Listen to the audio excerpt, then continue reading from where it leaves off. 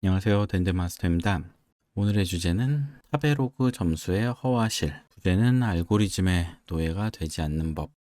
이 이야기를 하게 된 계기가 7월 후쿠오카에 다녀오면서 마지막으로 갔던 식당이 하카타 겐키 이빠이였습니다. 그리고 여기서 한 그릇을 먹고 나오면서 이야기가 시작됩니다. 일단은 현재도 그렇고 타베로그에서 후쿠오카 라멘 부분 1위를 지키고 있고 먹을 때도 꽤 맛있었습니다. 점도가 높은 국물이라든지 극세면을 이용한 라멘인 점, 또 하카타 라멘 특유의 토핑을 그대로 이어받았고 상당히 완성도 높은 라멘인 거는 확실했어요. 개성 넘치고 맛있는 라멘집, 이렇게 표현을 하면은 적당할 것 같다고 생각을 했습니다. 과거에 만화에 나왔던 일화도 유명하고. 그런데 1위, 그리고 찬양하는 리뷰들이 엄청 많아가지고 이 정도까지, 이렇게까지 찬양할 정도의 라면인가라는 생각을 하면서 이것저것 또 파헤쳐봤죠. 이리저리 분석을 또 해보고 일단은 호불호가 갈릴 만한 요소도 많은 라면인 건 확실했어요. 이 점도 높은 육수는 그 깊이가 꽤 깊어서 이런 육수의 깊이를 담아내기는 면이 너무 얇은 거 아닌가 하는 생각도 들었고, 그리고 나올 때 너무 팔팔 끓여서 나왔죠. 제가 갔던 타이밍만 그랬을 수 있는데 이렇게 바짝 끓여서 나오면은 바로 먹기가 좀 어렵죠. 이게 뭐 한국 사람들은 좀 익숙할지 모르겠는데 팔팔 끓여서 나오는 게, 라면이 나오면 바로 먹을 수 있을 정도의 온도인 게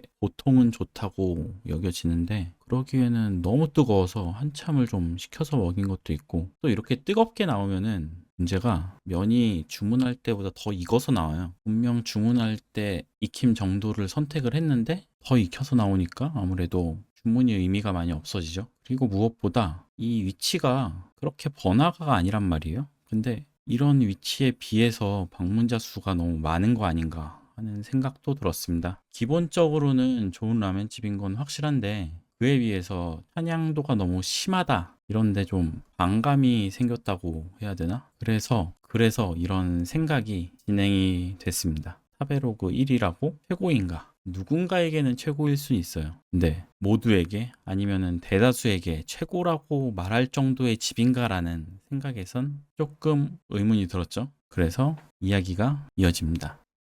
쇼츠에도 올렸는데 2024년 기준에 후쿠오카 지역 방송국에서 조사를 한 지역민들을 대상으로 한 라멘 총선거, 그리고 타베로그 상위 라멘집들을 먼저 비교를 했어요. 비교를 해보면은 겹치는 집들이 두 곳 정도 되고 그 외의 식당들을 보면은 확실히 차이가 극명하게 난다는 점을 알 수 있었습니다. 그래서 이런 차이가 왜 생길까라는 생각이 또 이어집니다.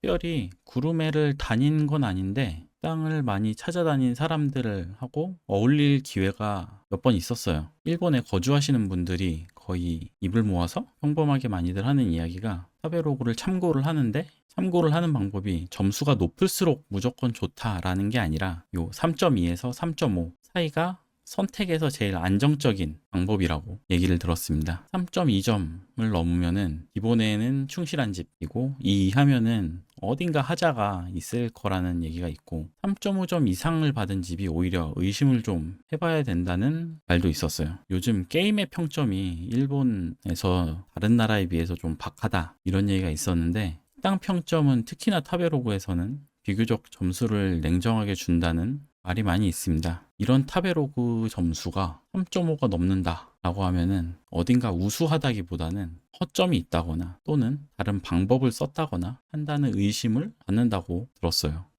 그래서 찾아봤습니다. 타베로그 관련 사건들. 우선 제일 처음은 아니지만 제일 크게 평점에 대한 신뢰가 깨진 사건은 2016년 9월에 있었던 평점 리셋 사건입니다. 이때 많은 식당들 평점이 3.0으로 회귀를 했다고 하는데 이 말이 너무 커지고 평점이 이제 비즈니스의 중심에 있는 타베로그다 보니까 모회사인 카가쿠닷컴 주가가 한때 10% 이상 하락하는 일까지 벌어졌었다고 합니다. 그리고 2019년 한류촌 소송 사건, 도쿄를 중심으로 한식을 주로 다루는 프랜차이즈인 한류촌이라는 프랜차이즈에서 타베로그의 모회사인 카가쿠닷컴을 상대로 소송을 했던 사건입니다. 이때 소송의 이유가 모든 지점의 평점이 약 0.2점씩 떨어졌다는 것이 이유였는데 1심에서는 한류촌이 이겼지만 2심에서 고등법원 판결로 카카쿠닷컴이 승소를 하고 확정을 지으면서 이 이야기는 마무리가 됩니다.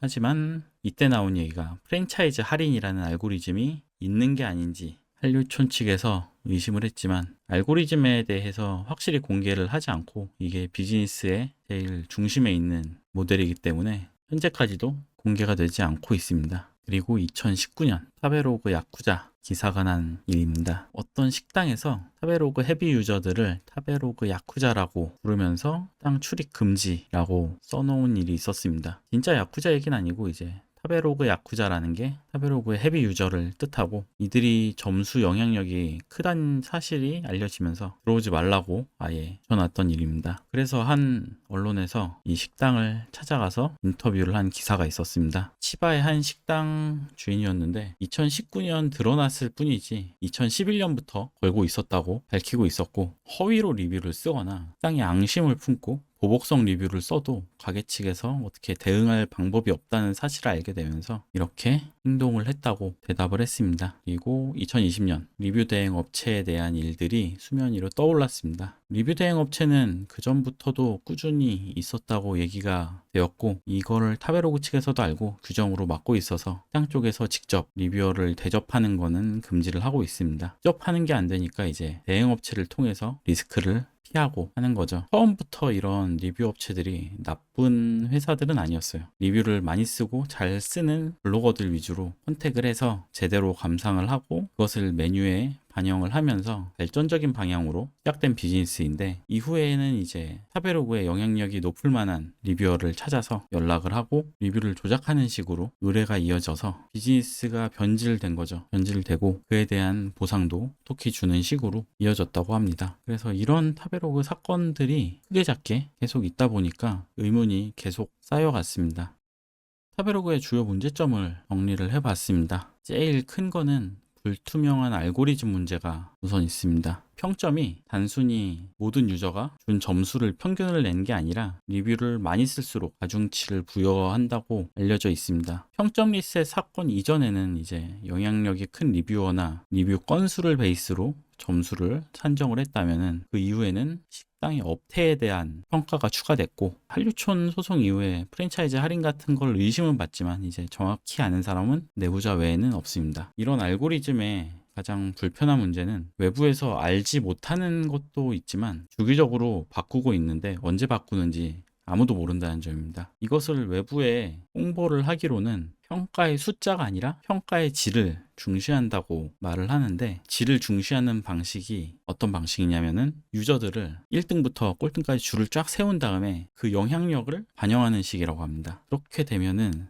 상위의 소수 헤비 유저들 영향력이 절대적인 거는 확실히 알려진 거죠. 그렇다 보니까 이 순위의 성향이 그들의 성향으로 쏠릴 가능성이 굉장히 높고 이런 사람들의 특징이 한 메뉴를 깊게 파고들고 동일한 메뉴를 반복적으로 자기 기준하에 평가를 하다 보니까 대중성에서 멀어지고 굉장히 매니악한 식당, 힙스터들이 몰리는 식당에 점수를 높이 주는 경향이 있습니다. 그러다 보니까 기본적으로 맛을 중심으로 평가를 해야 되는데 맛 이상의 전문적인 시각을 반영하는 경우가 많아지고 이게 차라리 전문적이면은 다행이라고 생각을 해요. 저는 이런 사람들 특징이 전문성이 어떤 음식을 만드는 레시피나 이런 쪽의 전문성이 아니라 좀 더 전문적인 척을 하는 경우가 많다고 생각합니다. 그래서 특히나 자기 취향에 맞거나 좀 더 그럴듯하게 보이는 쪽에 평가를 훨씬 더 후하게 주고 이게 과대평가로 이어지면서 이런 식당들이 상위를 차지하고 점점 대중의 입맛과는 거리가 생겨버리게 됩니다. 그래서 그런 결과가 이 타베로그 상위의 식당들과 지역 주민들의 앙케이트 순위가 거리감이 생기게 된 원인이 아닌가 이렇게 생각을 하게 됐습니다.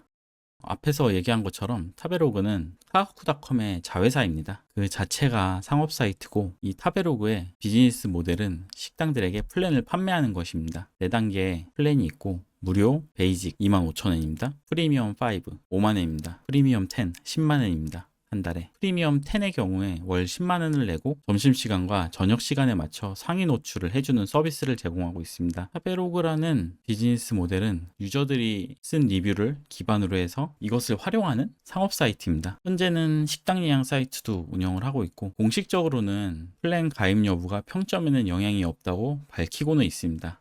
그리고 리뷰에 관해서도 문제가 있는데 제일 흔하게 거론되는 거는 이제 리뷰 조작 문제입니다. 타베로그 측에서도 이런 조작 리뷰는 대응을 하지만 100% 걸러내는 건 불가능하다고 이야기를 하고 있습니다. 한국에서 블로그 리뷰 업체들이 있는 것처럼 일본에서는 타베로그 같은 사이트 전문 리뷰 업체가 있는데 일종의 대행사입니다. 헤비 리뷰어를 찾아서 리뷰를 의뢰를 하고 리뷰를 하나 써주면은 상당히 거금이 오간다고 한 기사에서는 말을 하고 있습니다. 언론에 밝혀진 것만 찾아보니까 직접 방문해서 음식을 먹고 직접 사진을 찍고 리뷰를 써주면 문제가 안 되죠. 직접 다 하니까. 이렇게 해주는 경우에 3만에서 10만엔 정도를 언급하고 있어요. 교통비와 숙박비도 제공을 따로 하고, 그리고 여기서 제일 크게 문제가 됐던 일은 2017년 6월에 주간문춘에 한 유명 리뷰어에 대한 과잉 접대 보도가 있었습니다. 이 사람은 뭐 보통 유명한 정도가 아니라 자기 이름을 걸고 상품을 낼 만큼 유명세가 엄청났던 사람이고, 그때까지 쓴 총 리뷰가 1800건이었다고 하는데, 이 사람이 리뷰를 쓰면서 식당으로부터 고급 와인, 고급 시계 같은 것들을 받았다고 주간문춘은 보도를 하고 있었습니다. 사건이 터지고 이틀 후에 리뷰는 전부 비공개 처리가 됐고 문제를 일단락했다고 했는데 아직도 쓰고 있는 걸 보면은 지나간 사건으로 덮어두고 있는 것 같습니다. 그래서 이런 사실이 많이 알려지고 타베로그에 대한 신뢰가 금이 가니까 유저들이 대응을 어느 정도 하고 있습니다. 평점과 만족도가 일치하지 않는 사실을 알게 된 후에 광고성 리뷰라든지 전반적인 점수의 인플레 문제라는 거를 찾아보고 고급 레스토랑일수록 더 높은 점수를 받고 있다는 거를 알게 되면서 반대로 가성비 좋은 식당들이 배척당한다는 사실도 캐치를 했습니다. 그래서 젊은 층을 중심으로는 최근에는 구글맵 리뷰를 더 선호한다는 언급도 있고, 타베로그가 영업을 한 지 꽤 오래됐잖아요. 오래된 만큼 유저층의 나이가 높다는 부분도 지적을 하고 있습니다. 그리고 식당 광고를 본다면 차라리 인스타그램 광고를 보는 게 낫다는 말도 하고 있습니다.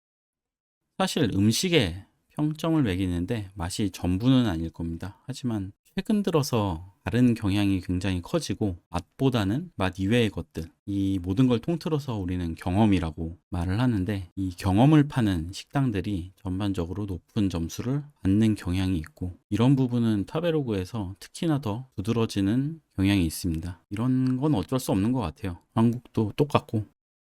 그래서 다시 돌아가서 사람들이 얘기해준 3.2에서 3.5점의 의미를 생각해 봤습니다. 이 점수 안에 있으면은 최소한 기본에 충실하고 만족할 가능성이 높은 식당이라는 점을 의미합니다. 이걸 넘어가면은 오히려 너무 트렌디하거나 너무 힙해서 입에는 안 맞을 가능성을 항상 염두를 좀 해야 될 것 같습니다. 이 3.5를 넘어갈 경우에 실패 가능성이 더 높아진다는 걸 말해줬던 것 같습니다. 그래서 제가 내린 결론은 타베로그가 진리가 아니니까, 또 객관성을 그렇게 보증하는 것도 아니니까 너무 믿지는 말자. 점수가 높은 상위권 식당들은 오히려 트렌디하고 힙스터들이 모이는 그런 성지일 가능성이 높으니까 이걸 생각을 하고 고려해서 방문을 하면 될 것 같습니다. 해당 메뉴 오타쿠들이 지금 어디를 향하고 있는지 이걸 찾으려면은 알만하죠.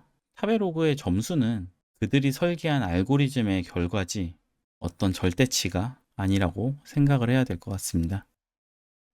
그래서 타베로그 사이트를 찾아가서 그들이 점수에 관해서 언급한 내용을 보면은 이렇게 써놨습니다. 제일 마지막 줄에 절대적이나 확정적인 우열을 나타내는 게 아니라는 이 부분이 제일 와닿았어요. 점수를 보고 이게 후쿠오카 최고의 라멘집이다 라고 말하기보다는 헤비 유저들의 평가가 좋은 게 많은 집이다 라는 정도로 정리를 하면 될 것 같습니다.